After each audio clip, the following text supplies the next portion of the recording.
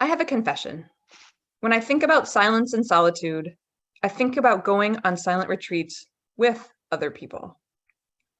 I almost always do silent retreats with a close friend because I love the element of being both alone and together. In silence with someone else, there is something sacred about just being present with one another without needing to talk. My experience helps me understand the spectrum of how people might relate to God. Some of us might feel God's presence more when we are alone. Some of us might feel God's presence come alive more often in the synergy of relationships. And some people might kind of be in between, or both and, like I am.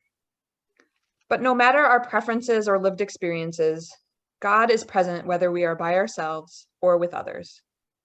We are never only individuals. Even when we pray alone, we are part of a long line of ancestors and surrounded by a cloud of witnesses.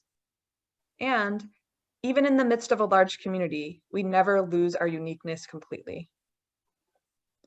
Sam and I heard echoes of this theme as we prepared for this workshop. When we asked people about their spiritual lives, what we heard was that most people want some form of meaningful spiritual practice they can do by themselves, and they are also craving connection and community. In our conversations, people spoke of spiritual fatigue, disconnection, and fragmentation.